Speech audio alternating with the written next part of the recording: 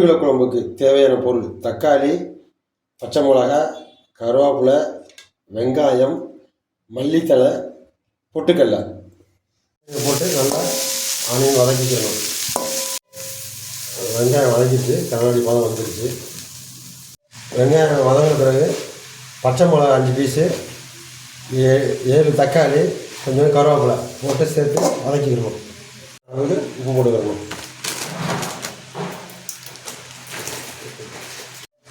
மஞ்சள்தூள் 3/4 ஸ்பூன், பெருங்காயம் பவுடர் கொஞ்சம் போட்டுக்கணும்.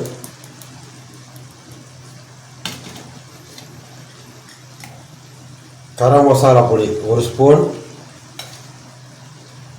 சாம்பார் பொடி 1 ஸ்பூன்.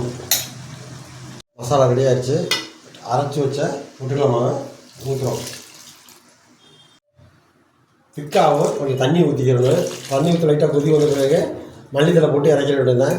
இட்லி, தோசை, பூரிக்கு அருமையாக இருக்கும் சாப்பிட்றதுக்கு. அது இந்த மாதிரி தண்ணியாக இருக்கணும், அவ்வளோ டேஸ்ட்டாக இருக்கும். செஞ்சு சாப்பிட்டு பாருங்கள், அவ்வளோ டேஸ்ட்டாக இருக்கும்.